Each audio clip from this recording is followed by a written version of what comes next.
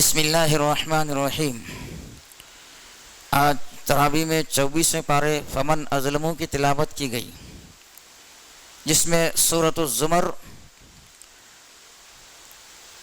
زمر کے چوتھے رکوع سے بیان شروع ہوتا ہے۔ وہ اللہ ہی ہے جو موت کے وقت روحیں قبض کرتا ہے، جو ابھی نہیں مرا اس کی روح نیند میں قبض کر لیتا ہے، یعنی شعور، فہم و ادراک، اختیار اور ارادوں کی قوتوں کو معطل کر دیتا ہے۔ پھر جس پر وہ موت کا فیصلہ نافذ کرتا ہے اسے روک لیتا ہے، اور جسے زندہ رکھنا ہوتا ہے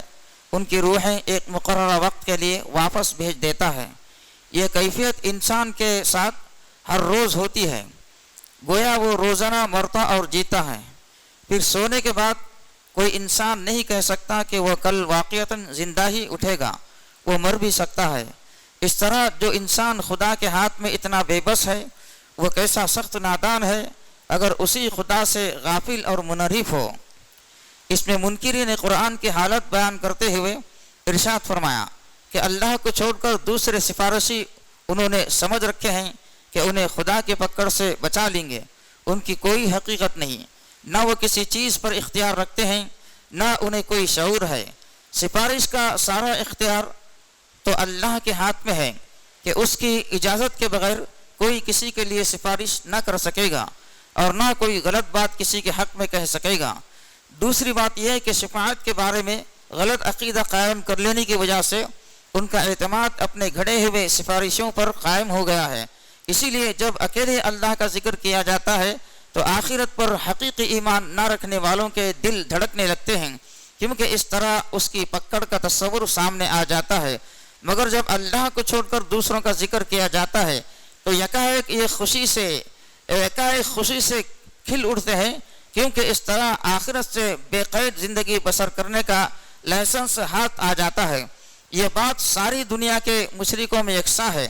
اور بدقسمتی سے اب مسلمان بھی اس کا شکار ہو گئے ہیں۔ زبان سے تو کہتے ہیں کہ ہم اللہ کو مانتے ہیں، مگر حال یہ ہے کہ جب اکیلے اللہ کا ذکر کیا جائے تو ان کے چہرے بگڑنے لگتے ہیں۔ کہتے ہیں کہ ضرور یہ شخص بزرگوں اور اولیاء کو نہیں مانتا، جبھی تو بس اللہ کی باتیں کیے جاتا ہے۔ اور اگر دوسروں کا ذکر کیا جائے، ان کی کرامتیں اور کرشمے بیان کیے جائیں، چاہے وہ کتنے ہی مبالغہ آمیز اور بے ثبوت ہوں، تو ان کی خوشی کا ٹھکانہ نہیں ہوتا۔ اس طرز عمل سے صاف ظاہر ہوتا ہے کہ ان کو اصل دلچسپی کس سے ہے۔ چنانچہ اس سلسلے میں فیصلہ کن انداز میں فرمایا، یہ فرما دیجئے اے خدا، آسمانوں اور زمین کے پیدا کرنے والے، حاضر و غائب کے جاننے والے، تو ہی اپنے بندوں کے درمیان اس چیز کا فیصلہ کرے گا جس میں وہ اختلاف کر رہے ہیں۔ چھٹے رکوع میں فرمایا، اے نبی صلی اللہ علیہ وسلم، کہہ دو کہ میرے بندو، جنہوں نے اپنی جانوں پر زیادتی کی ہے، اللہ کی رحمت سے مایوس نہ ہو جاؤ، یقیناً اللہ سارے گناہ معاف کر دیتا ہے، وہ معاف کرنے والا، رحم کرنے والا ہے۔ پلٹ آؤ اپنے رب کی طرف اور مطیع ہو جاؤ قبل اس کے کہ تم پر عذاب آ جائے اور پھر تمہیں کہیں سے مدد نہ مل سکے، اور پیروی کرو اپنے رب کی بھیجی ہوئی کتاب کی قبل اس کے کہ تم پر اچانک عذاب آ جائے اور تم کو خبر نہ ہو۔ کہیں ایسا نہ ہو کہ بعد میں کوئی شخص کہے، افسوس میری اس کوتاہی پر جو میں نے اللہ کی جانب میں کیا ہے، بلکہ میں تو مذاق اڑانے والوں میں سے تھا۔ یا کہے، کاش اللہ نے مجھے ہدایت بخشی ہوئی ہوتی تو میں بھی پرہیزگار ہوتا۔ یا عذاب دیکھ کر کہے، کاش مجھے ایک اور موقع مل جاتا، میں تو نیکوکار بن جاتا۔ اس سے کہا جائے گا، کیوں نہیں، میری آیت تیرے سامنے آ چکی تھیں، پھر تو نے اسے جھٹلایا اور تکبر کیا، تو نے انکار کرنے والوں میں سے تھا۔ جن لوگوں نے خدا پر جھوٹ باندھا، قیامت کے دن ان کے منہ کالے ہوں گے۔ کیا جہنم میں متکبروں کے لیے کافی جگہ نہیں ہے؟ فرمایا، ان منکرین حق نے اللہ کی قدر ہی نہ کی، جیسا کہ اس کی قدر کرنے کا حق ہے۔ اس کی قدرت کاملہ کا حال یہ ہے کہ قیامت کے دن پوری زمین اس کی مٹھی میں ہوگی اور آسمان اس کے دائنے ہاتھ میں لپٹے ہوئے ہوگا۔ پاک اور بالا تر ہے وہ اس شرک سے جو یہ کرتے ہیں، اور اسی روز سور پھونکا جائے گا تو وہ سب بے ہوش ہو کر گر پڑیں گے جو آسمانوں اور زمینوں میں ہے، سوائے ان کے جنہیں اللہ زندہ رکھنا چاہے۔ پھر ایک دوسرا سور پھونکا جائے گا اور یکایک سب کے سب اٹھ کر دیکھنے لگیں گے کہ زمین اپنے رب کے نور سے چمک اٹھے گی، اعمال کی کتاب لا کر رکھ دی جائے گی، انبیاء اور تمام گواہ حاضر کر دیے جائیں گے، لوگوں کے درمیان ٹھیک ٹھیک فیصلہ کر دیا جائے گا اور ان پر کوئی ظلم نہیں ہوگا، اور ہر متنفس کو جو کچھ بھی اس نے عمل کیا تھا اس کا پورا پورا بدلہ دیا جائے گا۔ لوگ جو کچھ بھی کرتے ہیں اللہ اس کو خوب جانتا ہے۔ اس فیصلے کے بعد وہ لوگ جنہوں نے کفر کیا تھا جہنم کے طرف گروہ در گروہ ہانکے جائیں گے، اور اس کے کارندے کہیں گے کیا تمہارے پاس تمہارے لوگوں میں سے ایسے رسول نہیں آئے تھے جنہوں نے تم کو تمہارے رب کی طرف تمہارے رب کی آیات سنائی ہو اور تمہیں اس بات سے ڈرایا ہوگا کہ ایک وقت تمہیں یہ دن بھی دیکھنا پڑے گا؟ وہ جواب دیں گے ہاں آئے تھے۔ کہا جائے گا داخل ہو جا جہنم کے دروازوں میں، یہاں تمہیں ہمیشہ ہمیشہ رہنا ہے، بڑا ہی برا ٹھکانہ ہے یہ منکروں کے لیے۔ جو لوگ اپنے رب کی نافرمانی سے پرہیز کرتے تھے انہیں گروہ در گروہ جنت کی طرف لے جایا جائے گا، یہاں تک کہ جب وہ وہاں پہنچیں گے اور اس کے دروازے پہلے ہی کھولے جا چکے ہوں گے تو اس کے منتظمین ان سے کہیں گے سلام ہو تم پر، بہت اچھے رہے، داخل ہو جاؤ تو اس میں ہمیشہ ہمیشہ کے لیے۔ اور وہ کہیں گے شکر ہے اس اللہ کا جس نے ہمارے ساتھ اپنا وعدہ سچ کر دکھایا اور ہمیں زمین کا وارث بنایا، اب ہم جنت میں جہاں چاہے اپنی جگہ بنا سکتے ہیں۔ یہ کتنا اچھا بدلہ ہے عمل کرنے والوں کے لیے۔ اور تم دیکھو گے کہ فرشتے عرش کے گرد گھیرا ڈالے ہوئے اپنے رب کی حمد اور تسبیح کر رہے ہوں گے، اور لوگوں کے درمیان ٹھیک ٹھیک حق کے ساتھ فیصلہ چکا دیا جائے گا، اور پکار کر کہا جائے گا حمد ہے اللہ رب العالمین کے لیے۔ الزمر کے بعد المؤمن ہے اور یہ اتری بھی اس کے بعد ہی ہے۔ سورۃ مومن میں اللہ تعالیٰ نے مسلمانوں کے ایک بڑے اعزاز کا ذکر فرمایا ہے، وہ یہ کہ بندہ مومن دنیا میں جس حال میں بھی ہو اللہ کے نزدیک اتنا برگزیدہ ہے کہ عرش کے اٹھانے والے فرشتے اور عرش کے ارد گرد رہتے ہیں، اور جو سب کے سب اپنے رب کی حمد کے ساتھ تسبیح کرتے رہتے ہیں، مسلمانوں کے لیے استغفار کرتے رہتے ہیں کہ اے اللہ تو ان کی مغفرت فرما اور ان کو دوزخ کے عذاب سے بچا لے، اے ہمارے رب تو انہیں جنت عدن میں داخل فرما جس کا تو نے ان سے وعدہ کیا ہے، ان کے والدین بیویاں اولاد میں سے جو صالح ہوں انہیں بھی داخل فرما، تو قادر مطلق اور حکیم ہے، تو انہیں قیامت کے دن کی برائیوں سے بچا لیا، جس کو تو نے اس دن بچایا اس پر تو نے بڑا رحم کیا اور یہی بڑی کامیابی ہے۔ اللہ تعالیٰ نے مسلمانوں کو یہ خوشخبری سنائی کہ ان کے لیے عرش کے فرشتے دعائیں کرتے رہتے ہیں۔ اس زمانے میں کفار مکہ نبی صلی اللہ علیہ وسلم کو قتل کرنے کی سازشیں بھی کر رہے تھے،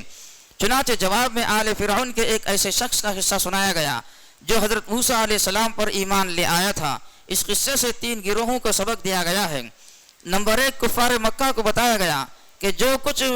محمد صلی اللہ علیہ وسلم کے ساتھ تم کرنا چاہتے ہو یہی کچھ اپنی طاقت کے بل بوتے پر فرعون اور حضرت موسیٰ علیہ السلام کے ساتھ کرنا چاہتا تھا، اب کیا یہ حرکتیں کر کے تم بھی وہی انجام دیکھنا چاہتے ہو جو فرعون نے دیکھا؟ نمبر 2، محمد صلی اللہ علیہ وسلم اور آپ پر ایمان لانے والوں کو یہ سبق دیا گیا ہے کہ یہ ظالم بظاہر کتنے ہی زبردست کیوں نہ ہو اور تم مقابلے میں کتنے ہی کمزور اور بے بس کیوں نہ نظر آتے ہو، مگر تمہیں یقین رکھنا چاہیے کہ جس اللہ کے دین کو سر بلند کرنے کے لیے تم کام کر رہے ہو اس کی طاقت ہر دوسری طاقت پر بھاری ہے، لہذا جتنی بڑی دھمکی یہ دے سکتے ہیں اس کے جواب میں بس اللہ کی پناہ مانگ لو اور اس کے بعد بالکل بے خوف ہو کر اپنے کام میں لگ جاؤ، اللہ کی مدد ضرور آئے گی۔ نمبر 3، ان دونوں گروہوں کے علاوہ لوگوں کا ایک تیسرا گروہ بھی معاشرے میں موجود تھا۔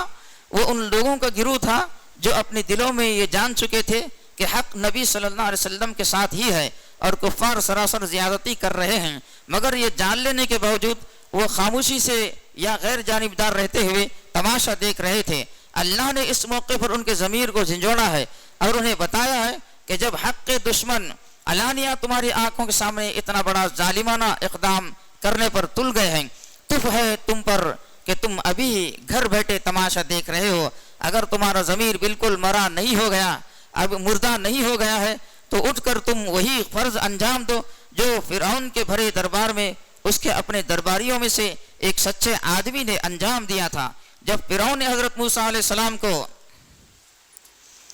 قتل کرنا چاہتا تھا تو جو مصلحتیں تمہیں زبان کھولنے سے روک رہی ہیں وہی مصلحتیں ان کا راستہ بھی روک رہی تھیں، مگر اس نے ہمت کر کے کہا میں تو اپنا معاملہ اللہ کے سپرد کرتا ہوں، اور ساری مصلحتوں کو ٹھکرا کر حق کی بات کہہ دی کہ کیا تم ایک شخص کو اس بنا پر قتل کر دو گے کہ وہ کہتا ہے کہ میرا رب اللہ ہے، اور فرعون اس کا کچھ نہ بگاڑ سکا۔ سورہ حامیم سجدہ میں فرمایا گیا ہے خدائے رحمان رحیم نے اہل عرب پر عظیم احسان کیا ہے کہ قرآن کو عربی زبان میں ان کے لیے نذیر و بشیر بنا کر اتارا ہے۔ اس احسان کا حق یہ تھا کہ لوگ اس کی قدر کرتے، لیکن یہ تکبر کے ساتھ اس نعمت کو ٹھکرا رہے ہیں اور ایمان لانے کے بجائے اس عذاب کا مطالبہ کر رہے ہیں جس سے ان کو ڈرایا جا رہا ہے۔ جواب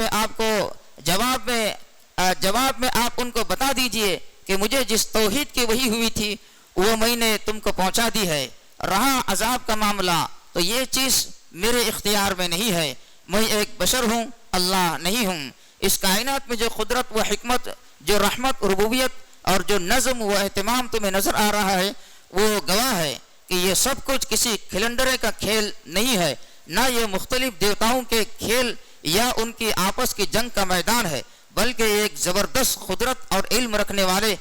وحدہ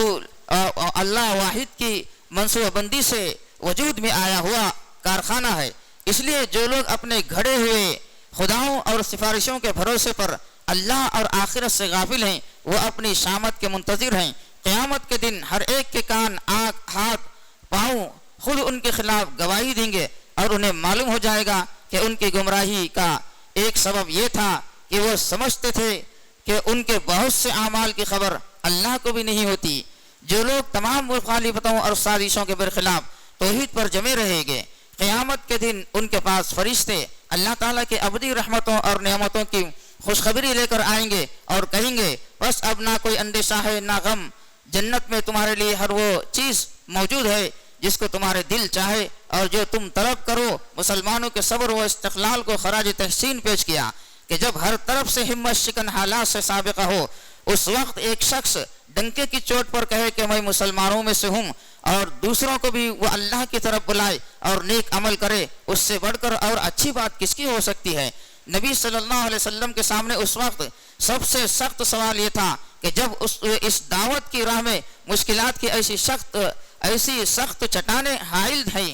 تو راستہ کیسے نکالا جائے گا؟ اس سوال کا حل یہ بتایا گیا کہ یہ نمائشی چٹانیں خواہ کتنی ہی سخت نظر آتی ہوں مگر اخلاق حسنہ کا ہتھیار وہ ہتھیار ہے جو انہیں توڑ کر اور پگھلا کر رکھ دے گا۔ صبر کے ساتھ کام لیجئے، اور جب کبھی شیطان اشتعال دلائے تو اس میں نہ آئیے بلکہ اللہ سے پناہ مانگیے اور صبر اور حکمت سے کام لیجئے۔ حقیقت یہ ہے کہ کائنات کی ہر شے اللہ کے آگے جھکی ہوئی ہے، اللہ کی نشانیوں میں سے ہے یہ رات، دن اور سورج، چاند۔ تم سجدہ نہ کرو سورج اور چاند کو بلکہ اس ذات کو سجدہ کرو جس نے انہیں بنایا، اگر تم واقعی اسی کی عبادت کرنے والے ہو۔ اگر یہ لوگ تکبر میں اپنی بات پر اڑے رہیں گے تو اللہ کو اس کی پرواہ نہیں، کیونکہ مقرب فرشتے شب و روز اللہ کی تسبیح بیان کرتے ہیں اور وہ کبھی نہیں تھکتے۔ آخر میں عذاب کے لیے شور مچانے والوں کے حال پر اظہار افسوس کیا گیا ہے کہ ان کی بدبختی کا یہ حال ہے کہ اللہ نے اپنے فضل سے ان کو توبہ و اصلاح کی جو مہلت دی ہے تو یہ سمجھتے ہیں کہ یہ محض دھمکی ہے، حالانکہ اگر ابھی ذرا پکڑ میں آ جائیں تو اس سے نجات کے لیے لمبی لمبی دعائیں مانگتے نہیں تھکیں گے۔ 20ویں تراویح کا بیان ختم ہوا۔ اللہ تعالی ہم سب کو قرآن پڑھنے، اس کو سمجھنے اور اس پر عمل کرنے کی توفیق عطا فرمائے۔ اللہ اس کی برکتوں سے ہمارے شہر اور ملک کے حالات تبدیل فرمائے۔ آمین۔ وآخر دعوانا الحمدللہ رب العالمین۔